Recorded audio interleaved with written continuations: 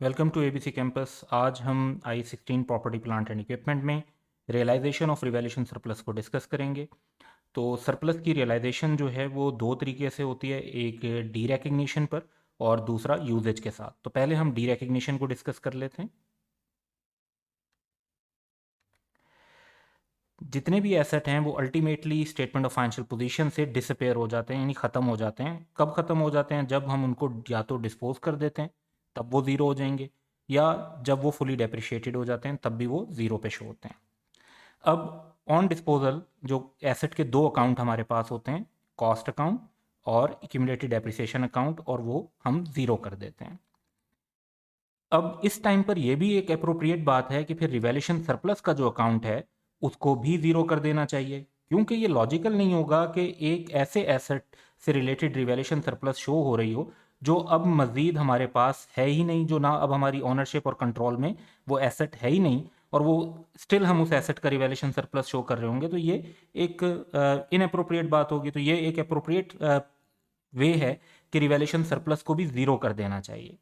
अब I-16 जो है अलाउ करता है, रिक्वायर नहीं करता, सिर्फ अलाउ करता है, क्योंकि मे बी का वर्ड यूज हुआ हुआ है स्टैंडर्ड में कि रिवैल्यूएशन सरप्लस को ट्रांसफर कर सकते हैं आप जब वो डी रिकग्नाइज हो जाए, यानी रियलाइज हो जाए। अब I-16 तो इसे अलाउ करता है, यानी ऑप्शन देता है कि हम एक एंटिटी की ये पॉलिसी हो सकती है कि वो ट्रांसफ़र करे, एक एंटिटी की ये पॉलिसी हो सकती है कि वो ट्रांसफ़र ना करे। एग्जाम में हम ये एजम्पशन लेते हैं in the absence of information कि ट्रांसफ़र किया जाता है, यानी अगर क्वेश्चन में क्लियरली मेंशन हो कि ट्रांसफ़र नहीं करना फिर तो हम नहीं करेंगे, अदरवाइज अगर मेंशन है कि ट्रांसफ़र करना है तो ऑब्वियसली फिर हम करेंगे। लेकिन अगर एब्सेंस ऑफ इंफॉर्मेशन हो, कुछ क्लियरली डिस्कस ना किया हो, तो फिर हम ये एज्यूम करते हैं कि ट्रांसफ़र हमने करना है। जर्नल एंट्री इसमें ये होती है कि रिवैल्यूएशन सरप्लस का क्रेडिट बैलेंस होता है, तो रिवैल्यूएशन सरप्लस को ट्रांसफर करने के लिए हम डेबिट कर देते हैं, इस तरह रिवैल्यूएशन सरप्लस जीरो हो जाता है। और क्रेडिट करते हैं हम रिटेन अर्निंग, क्योंकि स्टैंडर्ड स्पेसिफिकली प्रोहिबिट करता है कि आपने प्रॉफिट और लॉस में रिकॉर्ड नहीं करना, आपने इक्विटी में रिकॉर्ड करना है।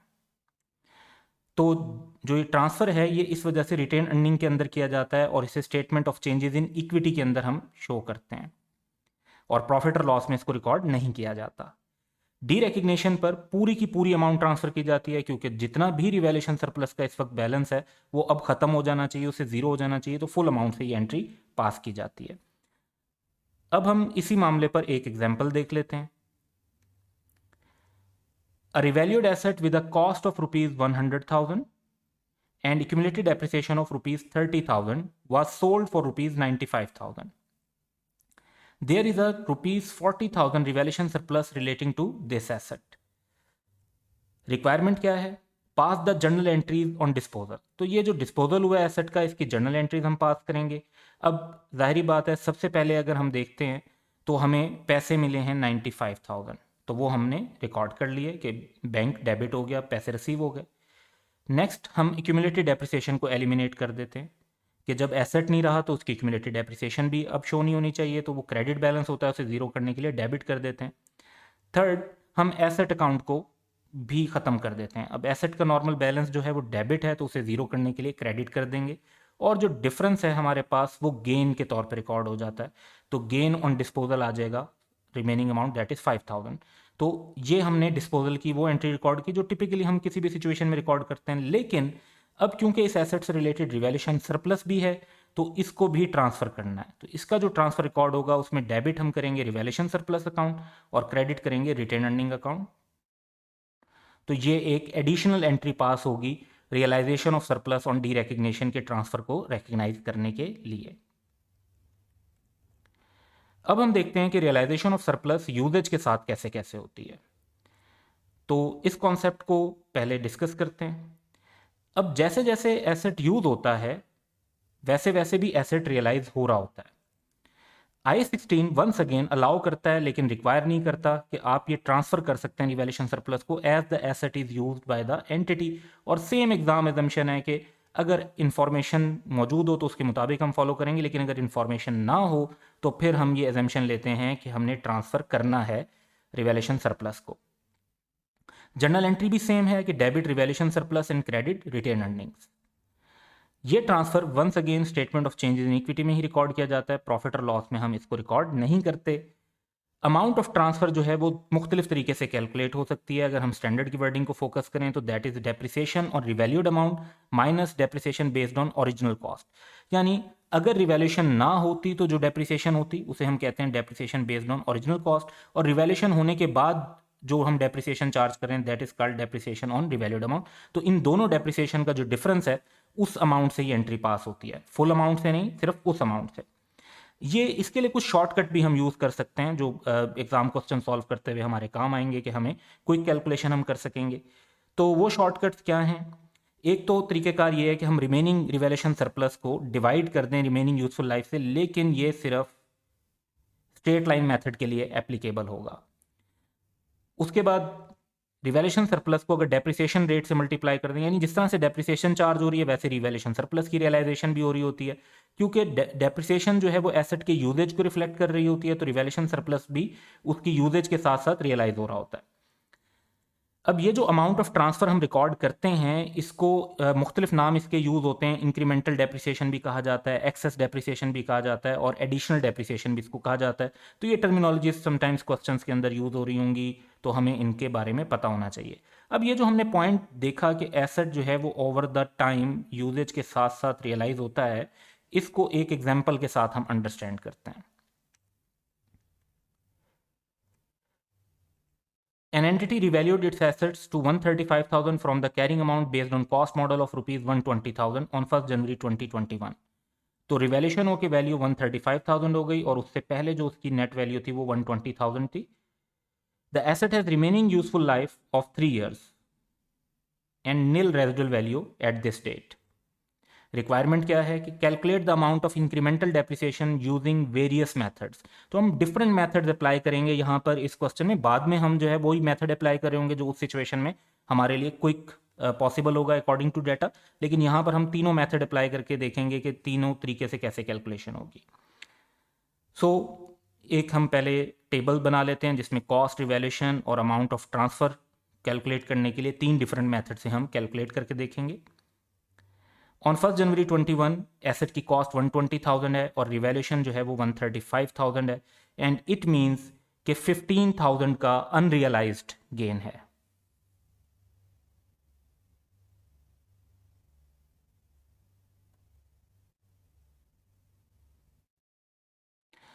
अब अगर हम डेप्रिसिएशन चार्ज करते हैं 3 years के हिसाब से तो 120,000 डिवाइड बाई 3 40,000 की डेप्रिसिएशन चार्ज हो जाएगी। अगर कॉस्ट मॉडल यूज हो रहा होता तो 40,000 की डेप्रिसिएशन चार्ज होती। रिवैल्यूएशन मॉडल में 135,000 डिवाइड बाई 3 years 45,000 की डेप्रिसिएशन चार्ज हुई। अब हम कैलकुलेट अगर करें तो हमारी एसेट की जो कॉस्ट मॉडल के हिसाब से जो वैल्यू है कैरिंग अमाउंट वो 80,000 हो जाती है और रिवैल्यूएशन के हिसाब से 90,000। अब जो एक्चुअल है वो तो रिवैल्यूएशन है, कॉस्ट वाला हम एक एडिशनल कैलकुलेशन कर रहे हैं। अब अमाउंट ऑफ ट्रांसफ़र को अगर कैलकुलेट करना हो तो उससे पहले अगर हम देखें तो 90 और 80 के दरमियान जो डिफरेंस है वो 10,000 का है। अब एक्यूमुलेटेड इंक्रीमेंटल डेप्रिसिएशन कैलकुलेट करने के मुख्तलिफ तरीके हैं। एक तरीक़ेकार तो ये है कि अगर आप दोनों डेप्रिसिएशन को कंपेयर करें तो इन दोनों डेप्रिसिएशन का डिफरेंस जो है वो 5,000 है।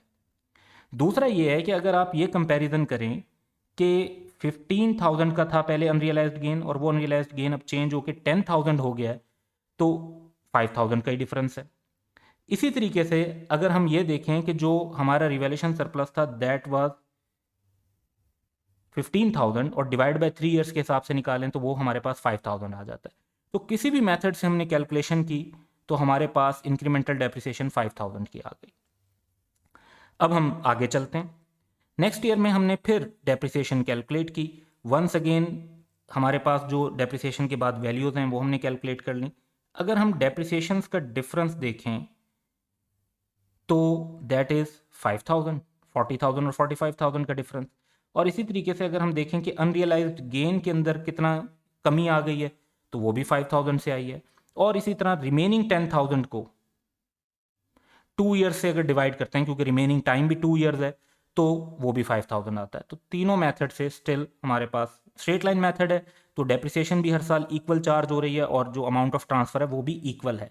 अगर रिड्यूसिंग बैलेंस मेथड होगा तो अमाउंट जो है वो शुरू में ज़्यादा होगी बाद में कम होगी, और इसी तरह अमाउंट ऑफ ट्रांसफ़र जो रिवैल्यूएशन सरप्लस की है वो भी अकॉर्डिंगली चेंज हो रही होगी। नेक्स्ट ईयर में सेम वे में हम अगर डेप्रिसिएशन कैलकुलेट करते हैं और अमाउंट कैलकुलेट करते हैं, तो अब इंटरेस्टिंगली आपका जो अनरियलाइज्ड गेन है वो जीरो हो जाता है। अल्टीमेटली तो जीरो हो गया, जब एसेट मुकम्मल तौर पर यूज हो गया तो उस पर कोई अनरियलाइज्ड गेन नहीं बचा, वो एसेट सारे का सारा यूज हो चुका है, वो एसेट सारे का सारा रियलाइज हो चुका है।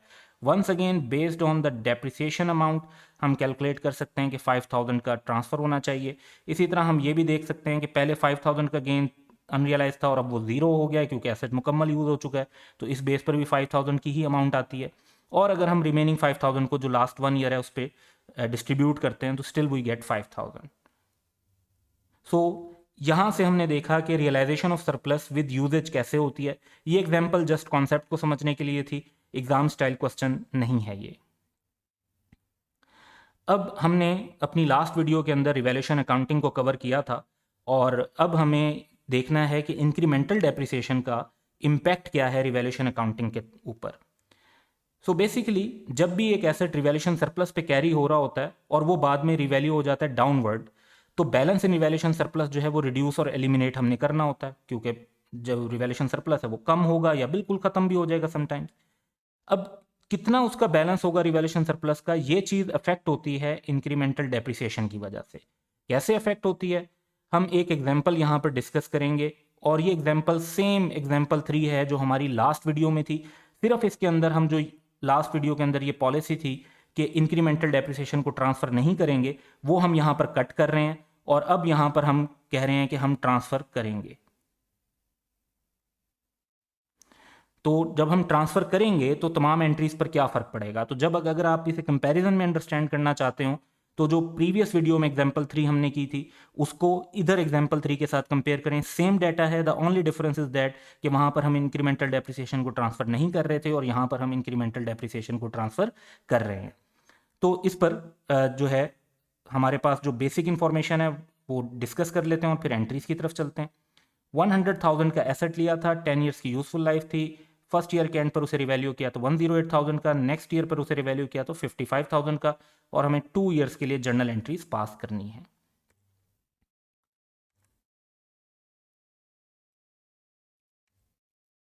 तो सबसे पहले बिल्डिंग हमने परचेज की, बिल्डिंग डेबिट बैंक क्रेडिट। उसके बाद ईयर एंड पर हमने उसकी डेप्रिसिएशन चार्ज करनी है, तो ओवर 10 ईयर्स 10,000 की हम depreciation debit accumulated depreciation record कर लेंगे। At this point of time अब हमारी रिवैल्यूएशन हो रही है एसेट की ईयर एंड पर। तो इस वक्त हमारा एसेट शो हो रहा है 90,000 पे और रिवैल्यू होने के बाद वो हो जाएगा 108,000 का। तो इट मीन्स कि हमारे पास 18,000 का गेन आ गया। हमारी रिवैल्यूएशन 2 स्टेप्स के अंदर रिकॉर्ड होगी। पहले स्टेप के अंदर हम एक्यूमुलेटेड डेप्रिसिएशन को एलिमिनेट करेंगे जो कि 10,000 की है, accumulated depreciation debit building credit. Next step में हम जो 18,000 का हमारा गेन है उसको रिकॉर्ड करेंगे, तो building debit and gain on revaluation credit जो कि अदर कंप्रीहेंसिव इनकम में रिकॉर्ड होगा एज अनरियलाइज्ड गेन। अब नेक्स्ट ईयर के एंड पर आते हैं, तो अब एसेट हमारा 108,000 का हो चुका है, उसको 9 ईयर्स पर हमने डेप्रिशिएट करना है, तो हमारे पास 12,000 की डेप्रिसिएशन आ जाएगी स्ट्रेट लाइन मेथड से। तो depreciation debit accumulated depreciation credit. Now हमें एक एंट्री और पास करनी है और वो एंट्री अब है इंक्रीमेंटल डेप्रिसिएशन की। ये पॉइंट है जहां पर आकर ये प्रीवियस सोल्यूशन से डिफरेंट हो रहा है, और वो है क्योंकि हमारी जो डेप्रिसिएशन है 12,000 की रिकॉर्ड हुई है। अगर हमारी रिवैल्यूएशन ना हुई होती तो ये डेप्रिसिएशन 10,000 की रिकॉर्ड हो रही होती, तो 12,000 माइनस 10,000 2,000 हमारे पास इंक्रीमेंटल डेप्रिसिएशन आती है। या अल्टरनेटिवली आप 18,000 का revaluation surplus divided by remaining useful life of 9 year से डिवाइड कर दें, तब भी आपके पास 2,000 की अमाउंट आ जाती है। तो यूजेज के साथ हमारा जो रिवैल्यूएशन सरप्लस रियलाइज हो रहा है उसको अगर हम ट्रांसफर करते हैं तो revaluation surplus debit and retained earnings credit 2,000 से हमारी ये एंट्री रिकॉर्ड हो जाएगी। So this one was additional entry और इसकी वजह से एक और एंट्री के ऊपर भी इफेक्ट आएगा।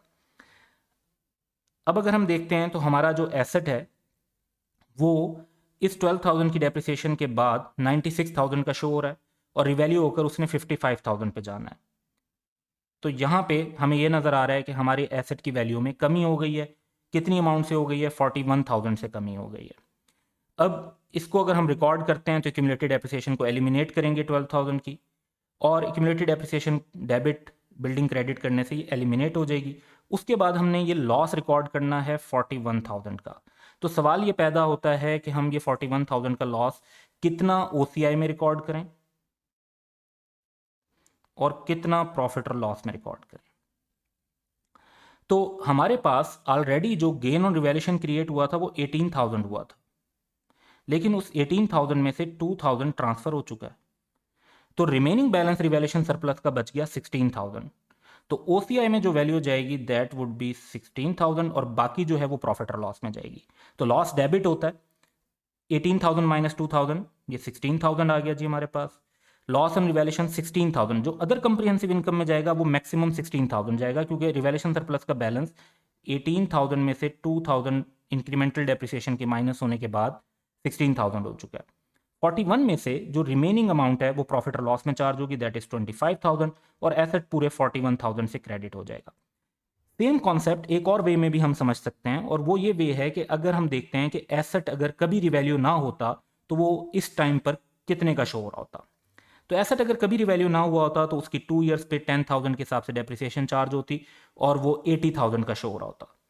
तो यहां पर आप देख सकते हैं कि 96,000 की वैल्यू से 80,000 यानी 16,000 और 80,000 से 55 की वैल्यू, तो 16,000 का जो लॉस है ये रिकॉर्ड होना चाहिए ओसीआई में, और 80,000 से जो फर्दर 55,000 तक का लॉस है दैट इज 25,000, ये लॉस रिकॉर्ड होना चाहिए प्रॉफिट और लॉस में। तो ये इम्पैक्ट है रिवैल्यूएशन अकाउंटिंग पे इंक्रीमेंटल डेप्रिसिएशन का। तो पूरे प्रोसेस में आपकी एक तो आपने इंक्रीमेंटल डेप्रिसिएशन रिकॉर्ड की, और फिर आपकी जो अमाउंट्स हैं बाद में रिवैल्यूएशन के लॉस को रिकॉर्ड करने की, वो भी उसकी वजह से चेंज हो गए। Now why no adjustment for so called decrease depreciation, तो ये एक कॉन्सेप्ट अब हम डिस्कस करेंगे। जब रिवैल्यूएशन सरप्लस राइज होता है तो उसका गेन रिकॉर्ड हम करते हैं अदर कंप्रिहेंसिव इनकम में, जबकि उसकी वजह से जो इंक्रीज डेप्रिसिएशन होती है वो रिकॉर्ड हो रही होती है स्टेटमेंट ऑफ प्रॉफिट और लॉस में।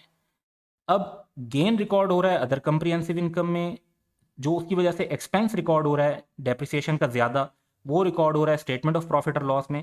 इसलिए एक ट्रांसफ़र को रिकॉर्ड करने की ज़रूरत हो सकती है, जो कि स्टैंडर्ड ने ऑप्शन दिया हुआ है, और हम फिर वो एंट्री पास करते हैं कि revaluation surplus debit and retained earning credit. इसके मुकाबले में अगर रिवैल्यूएशन डेफिसिट हुआ हो तो लॉस भी रिकॉर्ड होता है स्टेटमेंट ऑफ प्रॉफिट और लॉस में, और जो कम डेप्रिसिएशन फिर चार्ज हो रही होती है वो भी स्टेटमेंट ऑफ प्रॉफिट और लॉस में चार्ज हो रही होती है। जब दोनों चीज़ें ही स्टेटमेंट ऑफ प्रॉफिट और लॉस में चार्ज हो रही हैं तो दोनों का इम्पैक्ट ऑलरेडी प्रॉफिट और लॉस में, और एक जगह से दूसरी जगह ट्रांसफ़र कोई भी रिकॉर्ड करने की ज़रूरत नहीं है। सो ये हमारे दो कॉन्सेप्ट्स हैं जिनको हमने देखना है। ये पॉइंट हमने स्पेसिफिकली इसलिए डिस्कस किया है, ये कोई कॉन्सेप्ट नहीं है डिक्रीज डेप्रिसिएशन या डिक्रीमेंटल डेप्रिसिएशन का, बट समटाइम्स स्टूडेंट्स पूछते हैं कि अगर हम सरप्लस आने की वजह से इंक्रीमेंटल डेप्रिसिएशन की अगर एक एडजस्टमेंट और एंट्री कर रहे हैं तो रिवैल्यूएशन डेफिसिट की वजह से हम डिक्रीमेंटल डेप्रिसिएशन की एंट्री क्यों नहीं करते। तो टू एक्सप्लेन दैट कॉन्सेप्ट हमने इस पॉइंट को भी यहाँ पर डिस्कस कर लिया है।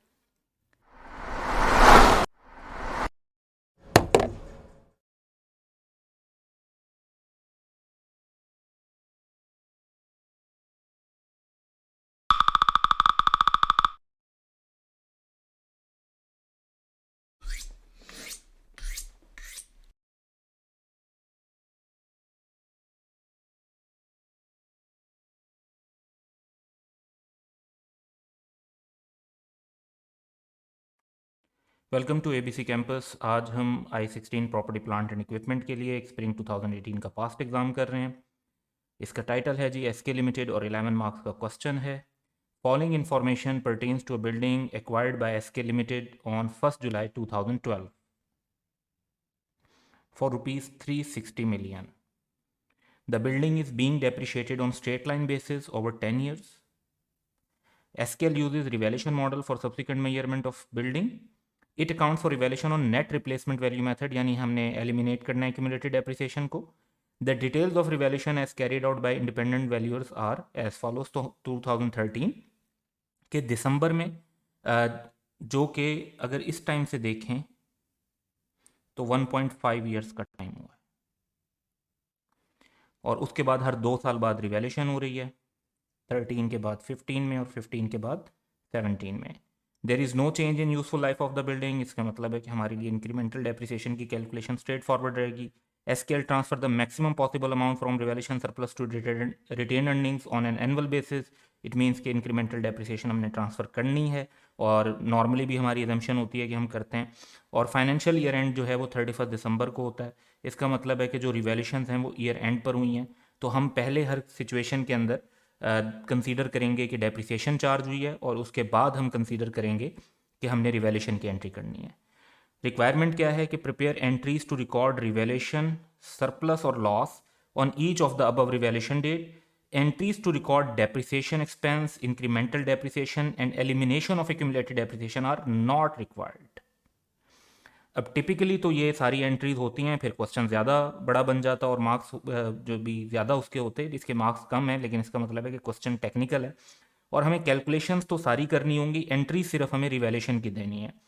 तो हम स्टार्ट करेंगे सबसे पहले ये जो 1.5 ईयर है इसकी हम देखेंगे कि डेप्रिसिएशन क्या है, और इस डेप्रिसिएशन के बाद हमारा रिवैल्यूएशन का गेन और लॉस क्या राइज होता है, और फिर स्टेप वाइज चलेंगे। तो सबसे पहले जो है हम जो 2 स्टेप करने वाले हैं वो ये है कि 1.5 ईयर्स की डेप्रिसिएशन कैलकुलेट करने वाले हैं, और फिर 323 पर रिवैल्यू करने की एंट्री पास करेंगे। तो हम ईयर वाइज चलेंगे। तो सबसे पहले इस एंट्री की बात करते हैं, यानी जब फेयर वैल्यू 323 हो जाएगी। सो हम एक फॉर्मेट बना लेते हैं एंट्रीज़ के लिए। उसके बाद हमें जो है एक वर्किंग बनानी है।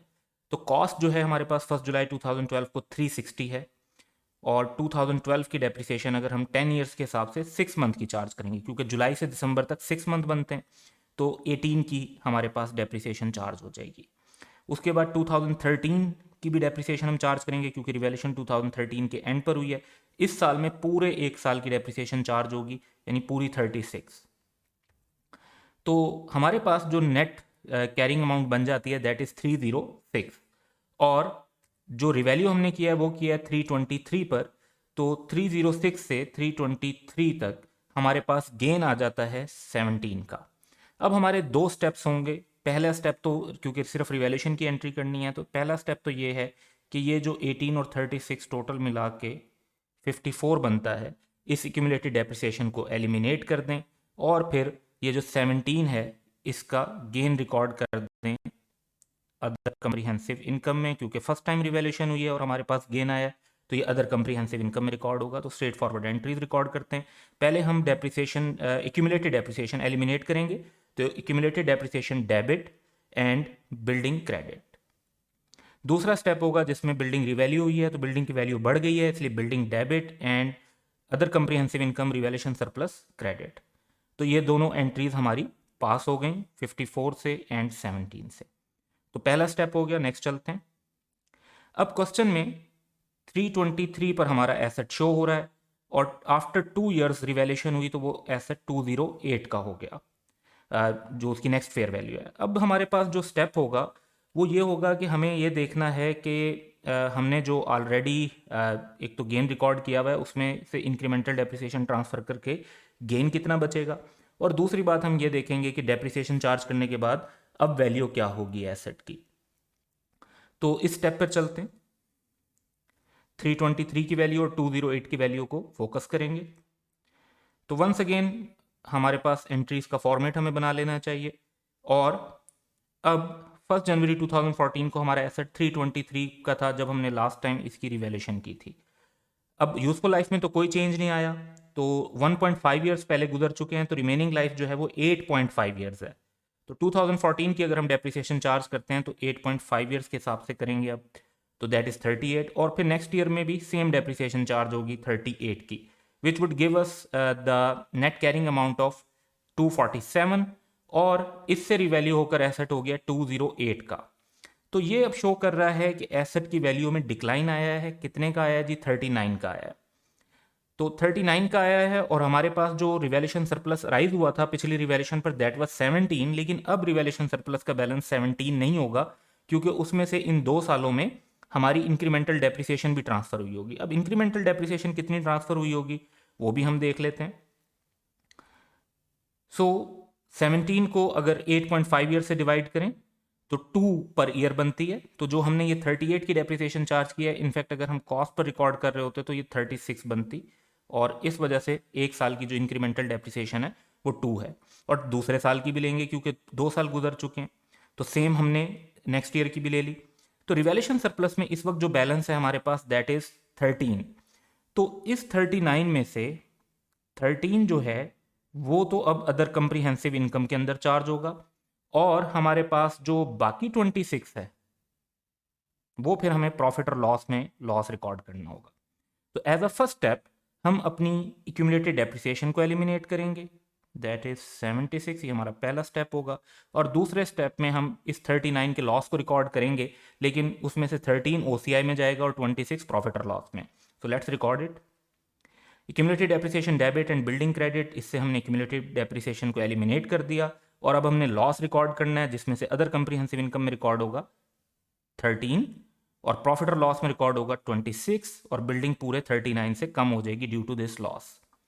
नेक्स्ट चलते हैं।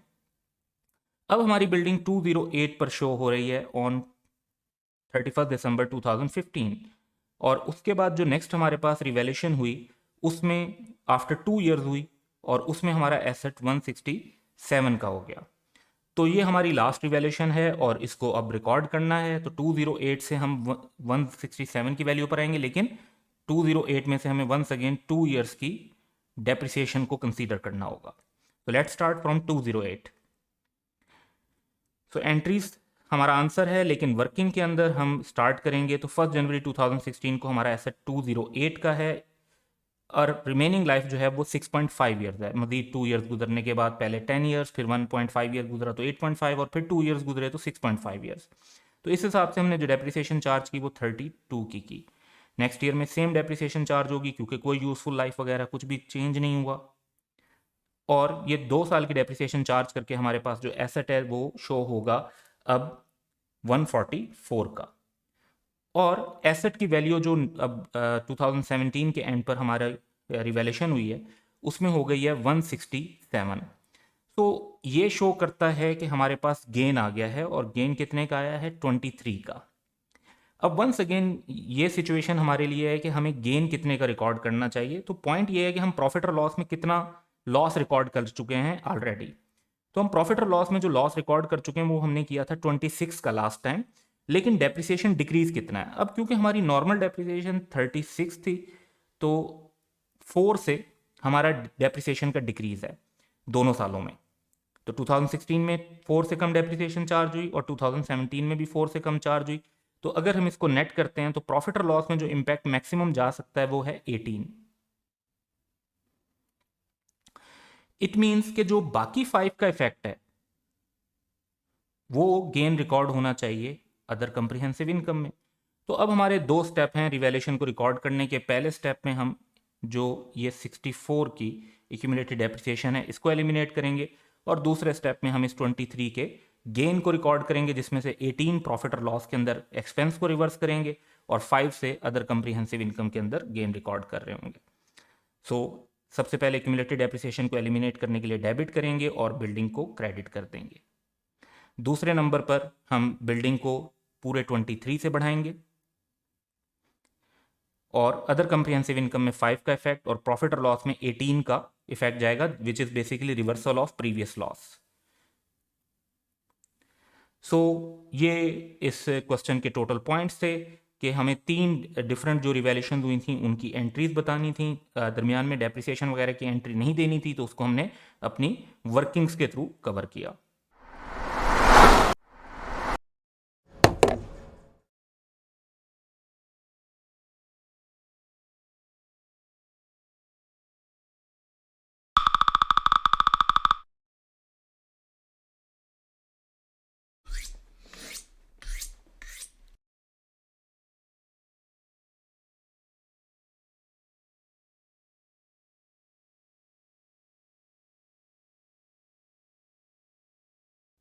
Welcome to ABC campus. आज हम I-16 property plant and equipment के टॉपिक में ऑटम 2014 का एक पास्ट एग्जाम कर रहे हैं। Shahzad textile mills limited, 15 marks का क्वेश्चन है।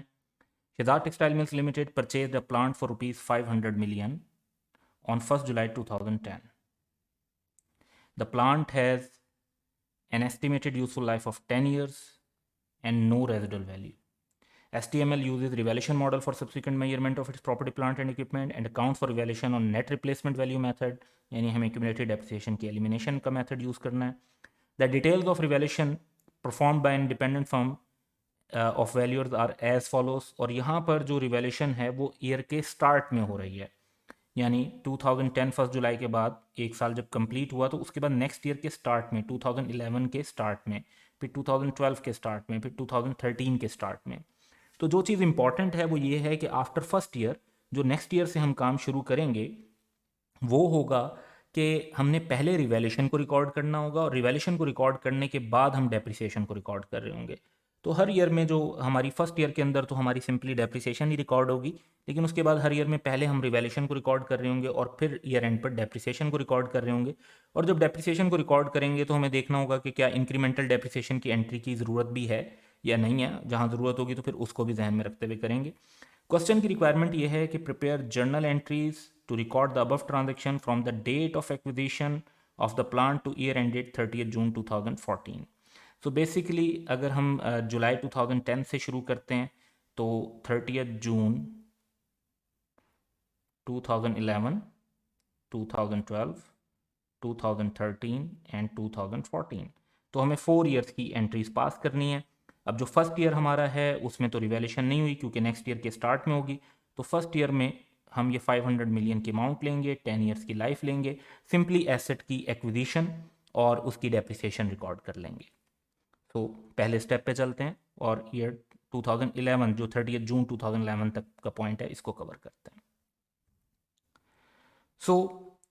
सबसे पहले हमने एसेट परचेज किया है 1 जुलाई 2010 को 500 मिलियन का.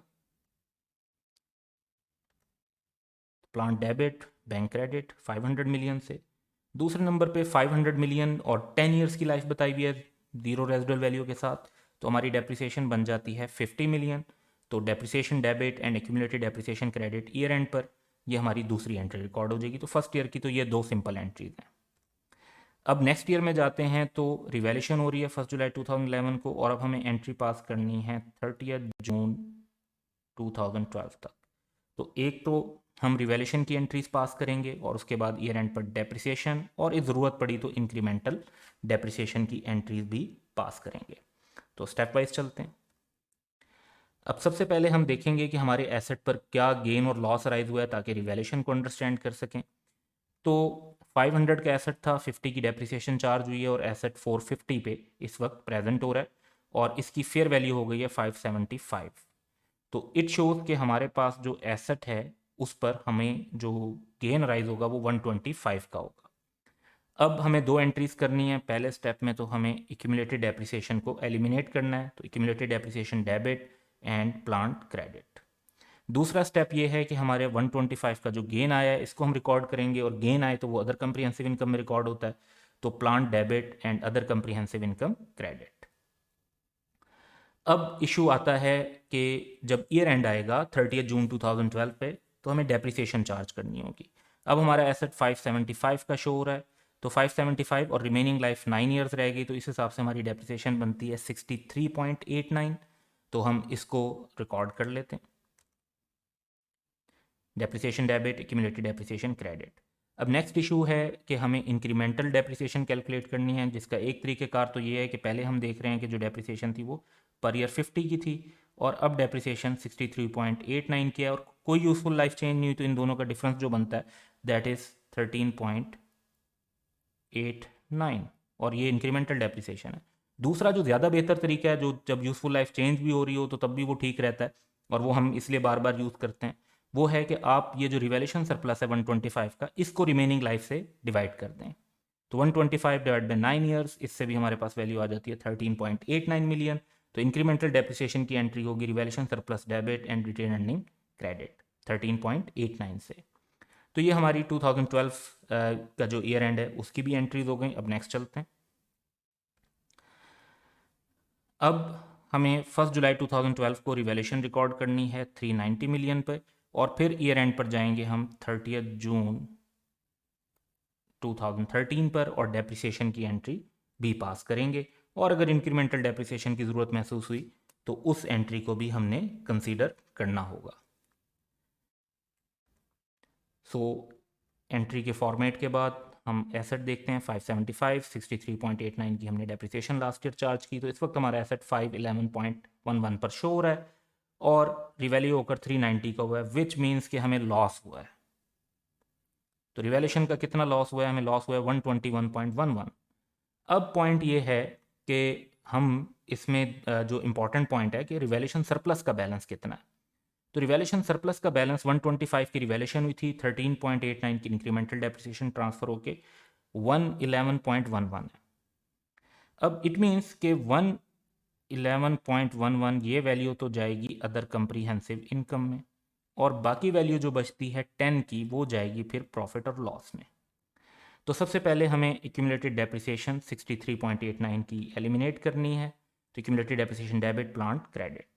दूसरे नंबर पर हमें अब लॉस को रिकॉर्ड करना है, जिसमें से अदर कंप्रीहेंसिव इनकम में 111.11 जाएगा और प्रॉफिट और लॉस में 10 का जाएगा, और प्लांट पूरे 121.11 से क्रेडिट हो जाएगा। तो अब हमारे पास रिवैल्यूएशन का सरप्लस ख़त्म हो गया, बल्कि लॉस रिकॉर्ड हो गया प्रॉफिट और लॉस में।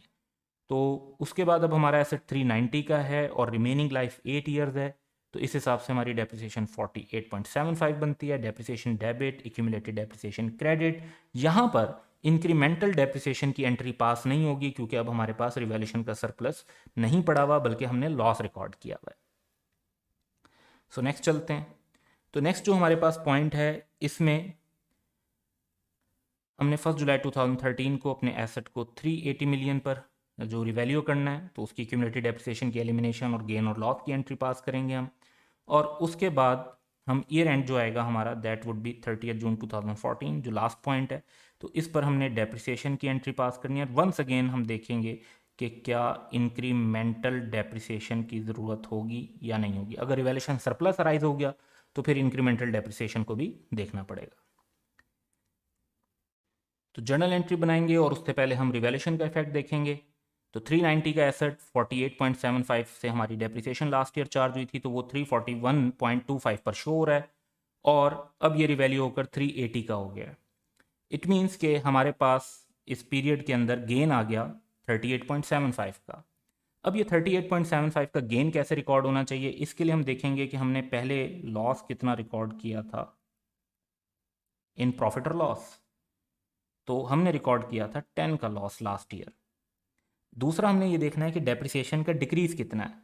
तो डेप्रिसिएशन अगर ओरिजिनल उस पर चार्ज हो रही होती तो हमारा 500 का एसेट था, 10 ईयर्स की लाइफ थी और यूजफुल लाइफ चेंज नहीं हुई, तो कॉस्ट मॉडल पर अगर हम डेप्रिसिएशन चार्ज कर रहे होते तो वो 50 की होती। लेकिन हमने जो डेप्रिसिएशन चार्ज की है वो 48.75 की है। सो डेप्रिसिएशन का जो डिक्रीज है वो 1.25 से। तो लॉस जो प्रॉफिट और लॉस में रिकॉर्ड हुआ होता है उसमें से डेप्रिसिएशन का डिक्रीज माइनस कर देंगे, तो 8.75 जो है ये हमारा रिकॉर्ड होना चाहिए प्रॉफिट और लॉस के अंदर रिवर्सल।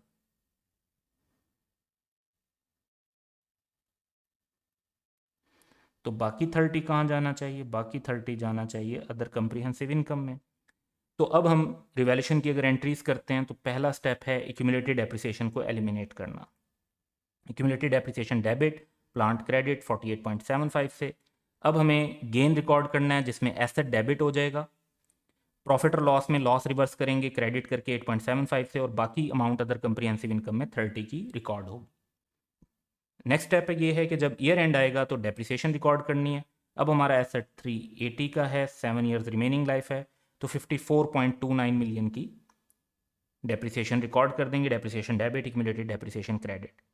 अब इंक्रीमेंटल डेप्रिसिएशन राइज होगी क्योंकि हमने रिवैल्यूएशन सरप्लस रिकॉर्ड किया हुआ है।